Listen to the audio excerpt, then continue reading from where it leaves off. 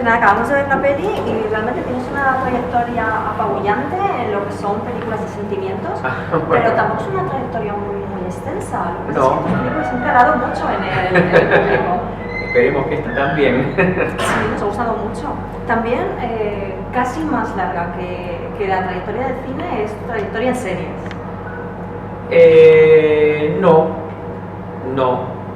Es más larga la de cine. Sí. Sí, de hecho mi primer trabajo profesional fue El niño que gritó puta en el año 90. La filmé, o sea que fue antes que ninguna serie. Sí. En mi caso, Pero por ahí, por un año. Sí. Por un año. En mi caso es que me gustó mucho One Day, One Room. Pero esa había habido sobre el caso, en el 2005 esa. Es muy jovencita. No, pero ya había hecho el hijo de la novia, era una Avellaneda, ya estaba. Y bueno, se convirtió en uno de mis One capítulos Day, One favoritos. Room, vos sabés que, pero qué casualidad, vos sabés que cuando uno acepta hacer un capítulo, ni ellos saben qué capítulo tenés. Claro. Porque yo ahora voy a hacer Ni uno de tampoco La se Ley y el hace- Orden en marzo, porque es el último año y nos están llamando a los directores que hicimos más capítulos, hacía 10 años que no lo hago, y bueno, estamos yendo como una reunión y no tengo idea que me va a tocar. Y One Day, One Room fue el primer capítulo que escribía el creador de la serie desde la primera temporada, de David Shore lo escribió. Y le había costado mucho pasarlo, porque era sobre eutanasia, sobre Sí, es aborto, complicado. era complicadísimo, complicado de filmar porque era en una sola Sí. habitación. Y la verdad que me permitieron hacer cosas que tuve que presentar, porque este es el primer capítulo que usa cámara en mano, en house, que no usaban, y como que parece una pavada para el espectador, no se da cuenta, pero no sabes lo que fue poder usar cámara en mano. Tuve que escribir por qué, prácticamente una tesis de cine, tuvo que pasar por 1000 cadenas hasta la cadena, volver. ¿Un aprendizaje también? Fue ¿Un aprendizaje también? fue revolucionario y fue el capítulo con más rating de toda la serie. Cosa que no me explico por qué, porque la gente ¿qué sabe de qué se iba a tratar? Nunca me expliqué por qué un capítulo tiene más rating Sé que que nos otro. enamoramos mucho, yo por lo menos de Catherine. Cuando apague No la nos cámara- puedes contar. Cuando apague la cámara te cuento. Ay, no, Yo no puedo ver Vikingo, no la puedo. no me rompas el mito. Yo no puedo ver Vikingo. Todo el mundo me dice tienes que ver Vikingo, trabaja Catherine, no puedo. Ay, se me va a hundir todo. El teatro también es tu pasión. Sí. Has estado, bueno, Pero más o sea que siempre fue, yo empecé escribiendo teatro. Largué, me dediqué al cine, se había estrenado 2 obras conjunto con Fernando Castells, el productor del Hijo de la Novia y todo, en el 82, o sea teníamos 22 años y 23 años. Después me dediqué al cine, pero fui como espectador de teatro, fue siempre mi pasión, siempre.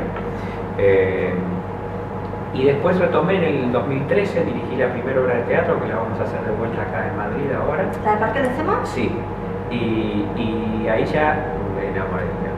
¿Por qué Madrid? ¿Porque no has podido ir en Argentina o No, te sí, interesaba? 820 funciones en Ah, Argentina. ahora la traemos Un aquí. exitazo, sí, la traemos aquí, con el mismo elenco. Beto Brandoni de la película. Sí, eso te iba a decir, y que además Eduardo es de Blanco. teatro. Sí. ¿El humor como remedio para la vida? Sí, por supuesto. No como remedio, como arma. No, porque no te la cura. No es un remedio. Pero es un arma para pelearla, para ponerte más parejo contra la vida. Aquí en Las Comadrejas tenemos más una batalla generacional que el tema político que en principio tocó, bueno, de cómo estaba el tema político que tocó Martínez Suárez. No, pero eso es una cosa que José se dio como de casualidad. La película se estrenó 3 semanas después de la dictadura. O sea, cuando José la filmó no habían pasado los desaparecidos y todo eso, así que no es una... Hay ahí un hilito. ¿Eh? Bueno, acá hay un No, hilito es o un que... hilito que se dio como naturalmente, es que mucha gente hizo la conexión. Sí, yo creo que es más por eso. Pero la verdad, claro, porque ocurría, o sea, la película se estaba dando cuando estas cosas estaban ocurriendo, pero no fue así en el pensamiento. incluso hay una frase en la película que se desapareció, hablando de las mujeres que no están, que desaparecieron, que creo que a la luz de los acontecimientos creo que José no lo hubiera puesto, de haberlo sabido, no sé. Pero la pregunta era... Aquí tenemos más lucha generacional. Sí, pero la lucha generacional está bueno, vamos a conversar de eso ya que estamos. Porque el tema no es viejos contra jóvenes. El tema es pragmatismo versus romanticismo. Por ponerle alguna palabra, o romanticismos o valores intangibles. Sí.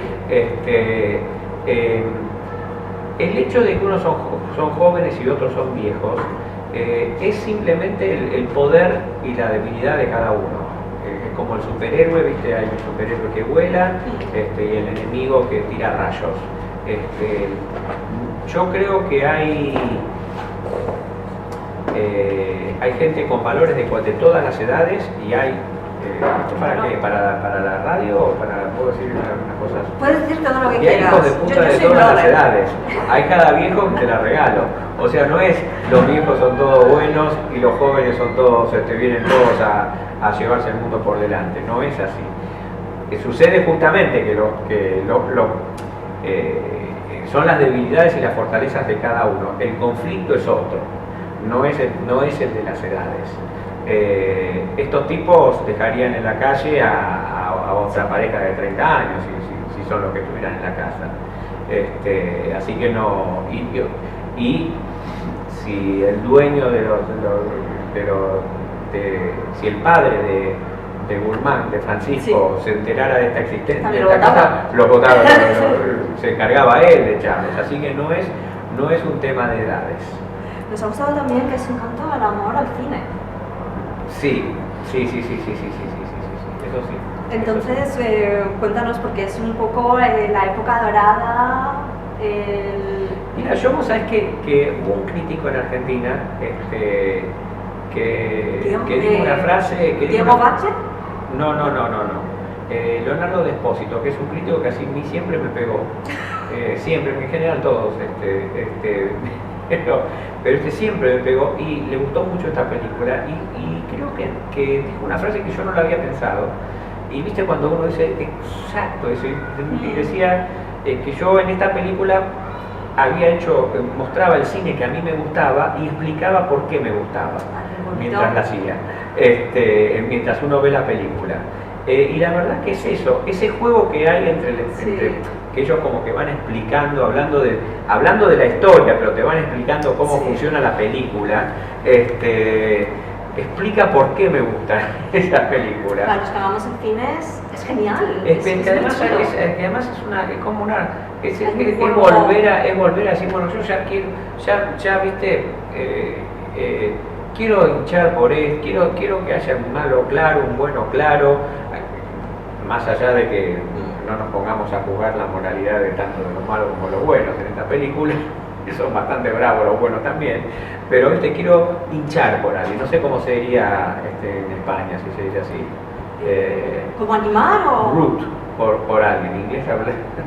Cuando estás haciendo vamos, cuando vas al fútbol y estás gritando, claro, por alguien, tomar partido. Quiero que ganen estos y quiero que esto les vaya mal. Que esté claro eso. En mis películas generalmente, que son más reflejo de la realidad, son personajes más ambiguos y uno tiene una ambigüedad también. Y quería que sea esas películas que nos emocionan, pero que avisan no traicionan. Toda la película te estoy diciendo, la música tiene que crecer, y al final tiene que ser así, y hago estas películas porque son mejores que la vida. Bueno, entonces eso es lo que la película propone. Ir a venir a divertirnos con el cine como cuando éramos chicos. No, porque sí que toca un poco el cine clásico, ¿no? En ciertos puntos la película. Sí que parece que tiene un poco el estilo de algunas películas clásicas, ¿puede ser? Sí, claro, películas que tenían un diálogo que te hacía reír, cosa que se abandonó cuando, esto es muy claro porque incluso se ha explicado mucho, ¿viste? Cuando en Hollywood el cine o sea, el público internacional empieza a ser un factor mucho más grande de la actuación comercial, empiezan a abandonar el diálogo porque piensan que no se puede traducir, que el cine tiene que estar doblado, se pierde el diálogo ingenioso, etcétera, etcétera. Y ahora tenés películas que ya los diálogos no te provocan nada. Y en los 80, y eso yo me acuerdo porque yo ya estaba estudiando cine y fui testigo de eso, testigo claro, empezó a despreciarse, empezó a hacer cursi. A partir del cine comercial, ¿no? Pero en el cine, en todo tipo, no, y en el cine artístico más aún. Yo recuerdo tener esta discusión por primera vez en el año 83, cuando yo estudiaba cine, y cuando salió la película de Jim Jarmusch, Stranger Than Paradise. Él se había recibido en la escuela que yo estudiaba 2 años antes, entonces vino a dar una charla, y toda la charla era sobre que no quería emoción. Y fue un mantra durante los 80 eso. Y yo decía, pero si yo justamente me vine hasta acá, yo estaba en Buenos Aires y me vine hasta acá justamente porque el cine yankee era el cine que me hacía emocionar, y que todo esto, viene este tipo, me cambiaron todas las estructuras. Sí, además el cine tiene ese componente. Pero a mí me gustan esos finales grandiosos, ¿viste? El final que no te lo olvidás, un gran final, o sea que tenés... Y aparte es que en el final salen 3 figuras, ¿cierto? Y son los 3 simbolismos de los 3 hombres, puede ser. El traveling note que haces al final. No, al final son los 3. No puedo hacer spoiler, pero... Cierto, cortamos. Claro. Eso lo contamos. No, si representan a los 3 personajes de adentro, no. No, pero me había parecido. Porque en el primer plano sí que se presenta un poco cómo va a ser la película. En el paneo. Claro. Ahí sí que representa, yo estaba con el compañero de antes, y cuando se ha terminado el plano, le he dicho, la película va a ser buena. Bueno. Que a mí me ha encantado personalmente. Qué bueno. Pero ¿cómo haces para mantener esa tensión con los actores? Porque está claro que hay muchos diálogos en esta película, pero a mí me crea mucho conflicto las miradas entre ellos. Sí. Es cómo los diriges, qué les dices. Eso yo siempre, en el cine, cosa que en el teatro hasta cierto punto también, pero está mucho más limitado. En el cine, la potencia de estar cerca de la cara de un actor hace que lo que no se dice sea tan importante como lo que se dice. Lo que se dice obviamente sirve más para el humor que para transmitir la emoción. La emoción está más en lo que no se dice. Yo, mira, si tengo que... Las miradas de Beto a ella enamorado desde el principio. Muchos primeros planos. Muchos primeros planos. Porque... Yo digo, ahí aguanta. Y tiene uno que se acerca hasta acá, Sí, pobre, que tiene no 13 tomas porque pobre, o ella tenía que decirse todo ese párrafo que era difícil de actuar, lo tenía que decir sin pestañear y con la cámara acercándose hasta acá, que la foquista estaba sudando, la foquista sudó, pobrecita, porque era muy difícil, ¿viste? Tenía que ir ajustando, estaba marcado el piso centímetro a centímetro para ir ajustando el foco. Y Clara fue una genia, se lo bancó 12 tomas, tuvimos como 5 horas para ese planito, casi mediodía. Y es que me gusta, bueno, yo eso ya desde El hijo de la novia, que me doy cuenta que mis paisajes son las caras de los actores, y estos tipos, tener a esta gente que transmite tanto con los ojos, tanta sutileza. Graciela Borges es una actriz de cine nata, o sea, y pura. Hizo algún teatro, hizo alguna tele, pero ella, de todos los actores, fue la que más se mantuvo en cine puramente, y conoce lo que la cámara ve y deja de ver a un punto increíble, además de una fotogenia increíble, porque vos la estás viendo a ella y estás viendo el monitor y ves 2 cosas distintas. Y Oscar Martínez también es pero Oscar Martínez y Beto tienen mucho teatro sí. también, y Musto, que es sí. 99% de teatro en su carrera. Pero Graciela tiene esas cositas chiquitas. Yo creo que una escena de Graciela que a mí me gusta muchísimo es cuando le cuenta a Nicolás cómo era cuando está filmándole el papel y empieza a contar cómo era Pedro cuando era joven. Y es una actuación, para mí esa escena es para el Oscar, porque tan yo no me daba cuenta de lo que estaba haciendo cuando lo estaba filmando, te juro, es una cosa, es increíble cómo se pierde un momento en ese sueño, en lo que era Jorge, Pedro, la verdad que es buenísima. Sí. La casa que es un mundo, o sea, hay poco exterior, estamos bastante encerrados en lo que son las oficinas o dentro de lo que es la casa, que además es tremendamente barroca. Claro. Parece incluso esas casas del sur de Estados Unidos, ¿viste? Con la entrada, con la galería adelante, ¿viste? Cuando la encontramos me gustó mucho. De 1879 la casa. Sí. Es que es casi un personaje más, porque nosotros nos sentíamos casi asfixiados y dentro de su mundo, que es su mundo particular. Exactamente, ellos armaron gente que ha vivido mucho porque han estado prohibidos, ¿viste? Bueno, todo lo que se ve en la película, vivieron los 60 y los 70 con sexo, droga, rock and roll, más todo lo político que tenía y bueno, ellos tres obviamente están como lidiando mejor con esa, están contentos y es ella la que se siente que querría volver a vivirlo todo. Yo trabajo generalmente todas las películas igual, son 2 semanas antes de empezar a filmar, nos juntamos con los actores, con grupos de actores, no con todos alrededor de una mesa, porque si tengo una escena entre, no sé, Oscar y Clara, no quiero que esté nosotros mirando cuando estamos ensayando. O sea, como te digo, en grupos así de cada uno, con los 3 actores ensayamos 2 días, con Graciela y Nico una tarde, con Graciela y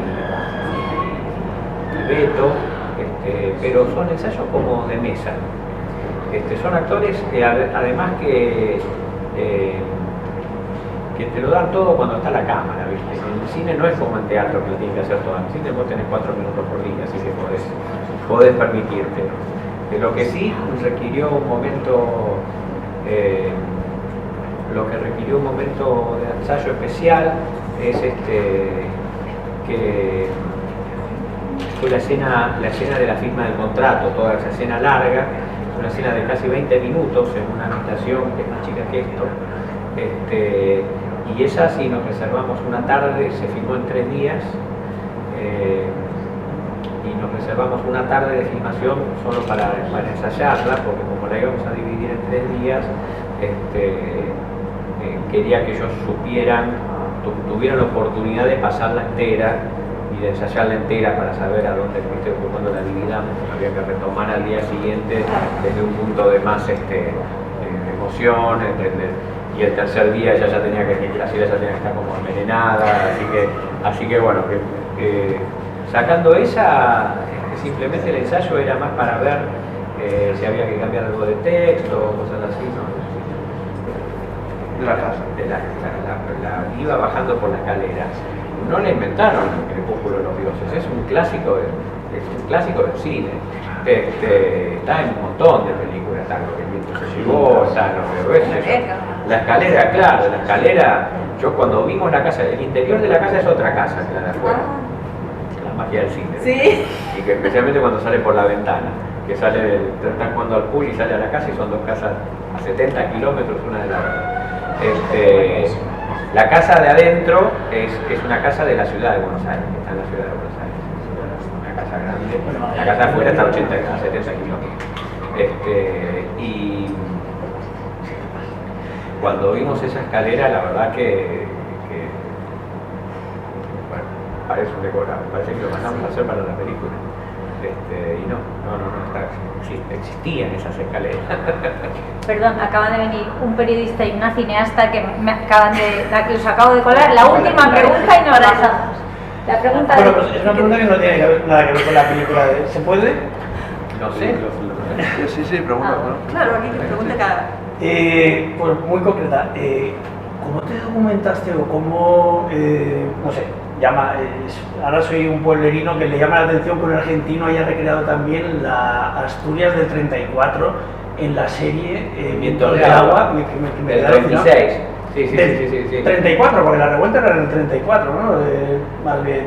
Bueno, bien. siempre lo tuve en el 36, ahora me Vale. Ya que lo has hecho tú, pero el 36. Para ti.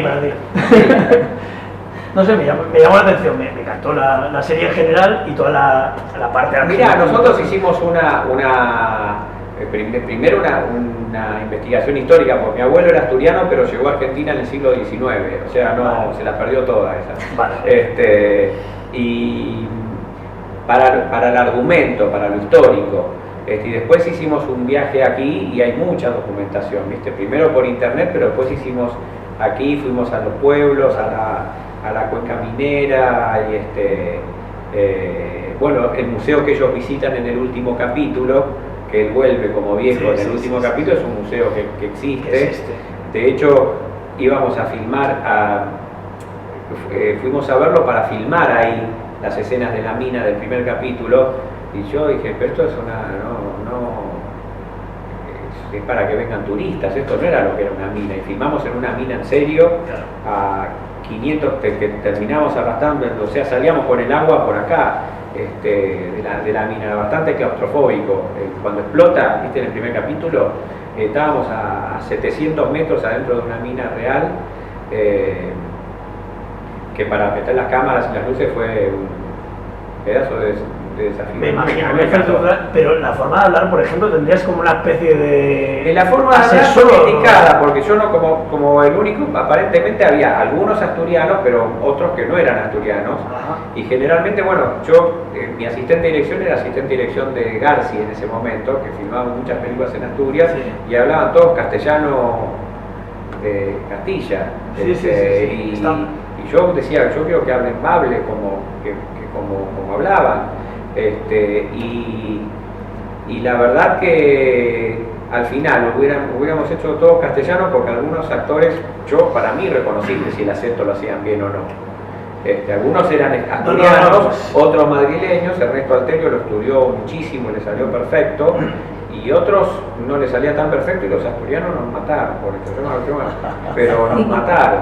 Yo dije, al final lo hubiera hecho en castellano, como hace Garci, y ya y nadie hubiera tenido ningún problema. Al final, por querer ser más realista, nos están matando. Y después no hemos hablado, ¿verdad? Sí, por supuesto. Pero no hemos hablado, no hemos dicho nada. Bueno, lo siento. Gracias. Muchas gracias.